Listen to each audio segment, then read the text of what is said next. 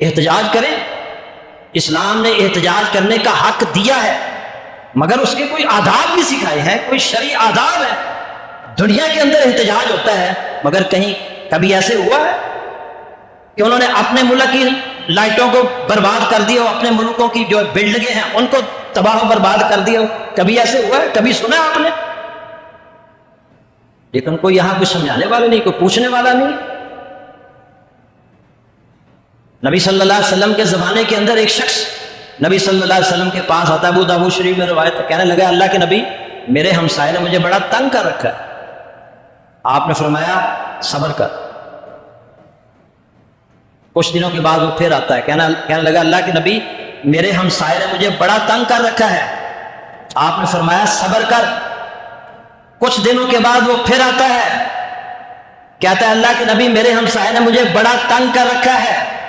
آپ نے فرمایا اپنے گھر کا سامان باہر نکالو اور اپنی گلی میں رکھ، اور گلی میں سامان اس طرح رکھنا کہ آنے جانے والوں کے لیے کوئی مصیبت پریشانی نہ ہو۔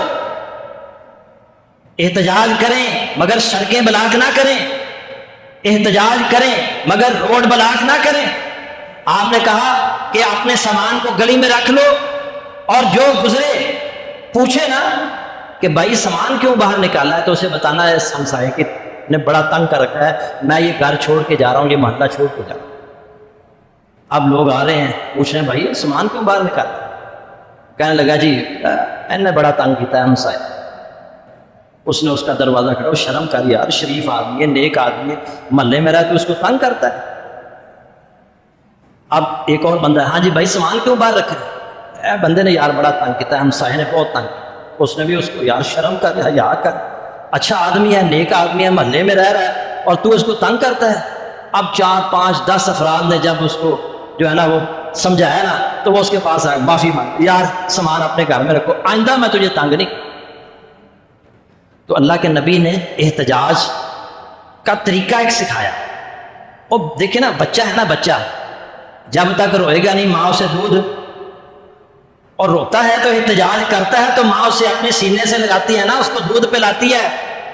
تو احتجاج کریں مگر فساد نہ پھیلائیں، مگر اپنے ملک کو تباہ نہ کریں، اپنے ملک کو برباد نہ کریں۔ وَلَا تُفْسِدُوا فِي الْأَرْضِ، سورہ اعراف میں اللہ نے فرمایا اور زمین میں فساد برپا نہ کرو، راستے بلاک نہ کرو۔ آئیے میں حدیث آپ کے سامنے رکھتا ہوں۔ حضرت معاذ بن انس رضی اللہ تعالیٰ عنہ فرماتے ہیں غزوت مع نبی اللہ صلی اللہ علیہ وسلم غزوۃ کذا و کذا، میں نے اللہ کے نبی کریم صلی اللہ علیہ وسلم کے ساتھ فلاں اور فلاں غزوہ میں گیا۔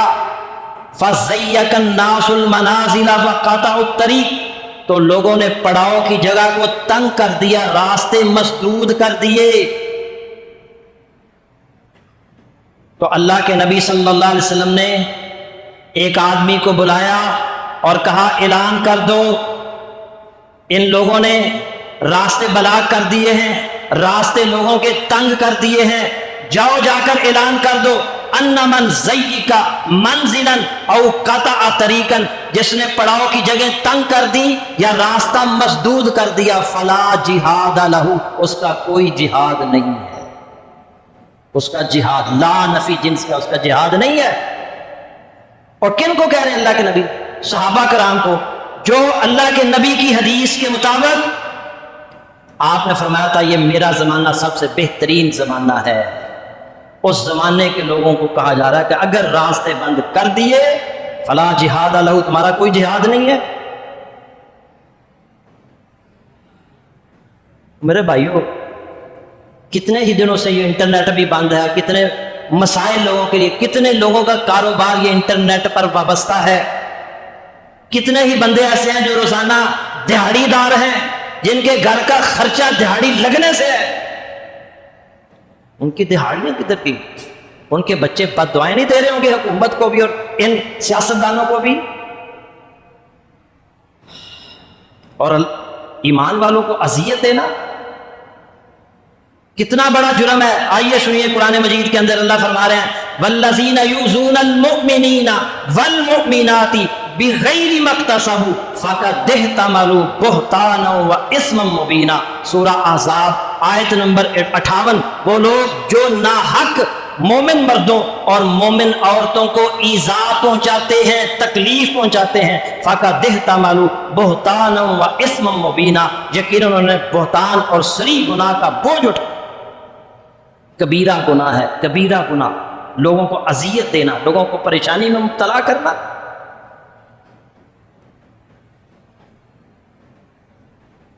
نبی حضرت ابو سعید خدری رضی اللہ تعالی عنہ، میں نے ایک دفعہ 5-6 جمعے پڑھائے تھے، راستے کے بھی حق ہیں، اللہ کے نبی نے بتایا ہے راستے کے حقوق پر۔ ان میں سے ایک حدیث میں آج آپ کے سامنے دوبارہ رکھنا چاہتا ہوں۔ سیدنا ابو سعید خدری رضی اللہ تعالی عنہ راوی ہیں، آپ صلی اللہ علیہ وسلم فرمایا ایاکم والجلوس علی الطرقات، اور راستوں میں بیٹھنے سے بچو۔ یہ مت سمجھ لیجیے گا میں کسی کو ایک جماعت کو نشانہ بنا رہا ہوں، یہ سب کے لیے جو بھی احتجاج کر رہے ہیں کسی بھی جماعت کے ساتھ، کسی مذہبی جماعت کے ساتھ، سیاسی جماعت کے ساتھ، جس کا بھی تعلق ہے وہ جان لیں کہ یہ جرم ہے، سڑکیں بلاک کرنا، لوگوں کو اذیت میں مبتلا کرنا، لوگوں کو پریشان کرنا۔ آپ نے فرمایا راستے میں بیٹھنے سے بچو۔ صحابہ نے کہا کہ ہم مجبور ہیں، اس کے علاوہ کوئی چارہ نہیں ہے، کہاں اور بیٹھیں؟ اس دور کے اندر گھروں کے اندر کوئی اتنے بڑے بڑے گھر نہیں ہوتے تھے، کوئی بیٹھ کے نہیں ہوتی تھی کہ جہاں بیٹھ کر گفتگو کر سکے، لوگ راستوں میں کھڑے ہو کر آپس کے اندر مسائل پر گفتگو کیا کرتے تھے۔ تو آپ نے فرمایا فَإِذَا أَبِيتُمْ إِلَّا الْمَجَالِسَ فَأْتُوا الطَّرِيقَ حَقَّهَا، اگر ہاں بیٹھنے کی مجبوری ہے تو راستے کا حق بھی ادا کرو۔ اگر راستوں میں کھڑا ہونا ہے، راستوں میں بیٹھنا ہے تو پھر راستے کا حق بھی ادا کرو۔ صحابہ نے پوچھا کہ اس کا حق کیا ہے، راستے کا حق کیا ہے؟ فرمایا غض البصر، نگاہ کو جھکا کر رکھنا، نگاہ کو۔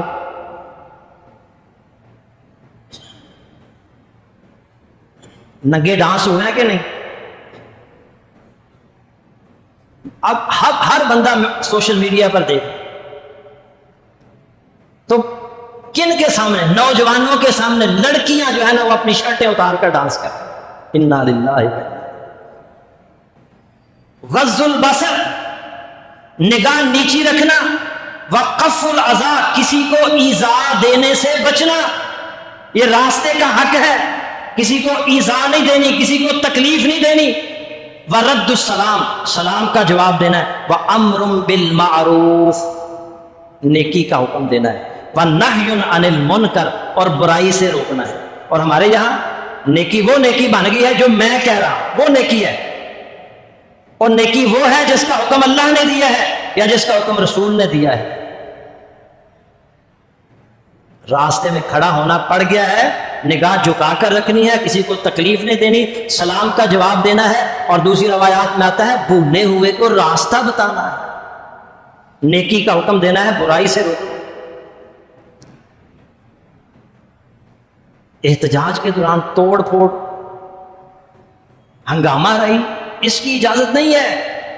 اللہ رب العزت نے فرمایا ان الذین فتنوا المؤمنین والمؤمنات، جن لوگوں نے مومن مردوں اور مومنہ عورتوں کو اذیت دی، ثم لم یتوبوا، پھر انہوں نے توبہ نہ کی، فلہم عذاب جہنم، ان کے لیے جہنم کا عذاب ہے، وَلَهُمْ عَذَابُ الْحَرِيقِ، اور ان کے لیے آگ میں جلنے کا عذاب ہے۔ کتنے لوگ اذیت میں مبتلا ہیں، لیکن لوگوں کے ذہن میں یہ بٹھایا جا رہا ہے جہاد ہے۔ اللہ کے نبی صحابہ کو کہہ رہے ہیں کہ اگر راستے بند کر دیے تو فلا جہاد علیہ، یہ کوئی جہاد نہیں۔ اور یہ کس شریعت میں ہے کہ توڑ پھوڑ کرنا، اپنے ملک کی املاک کا نقصان کرنا، یہ کس شریعت میں ہے؟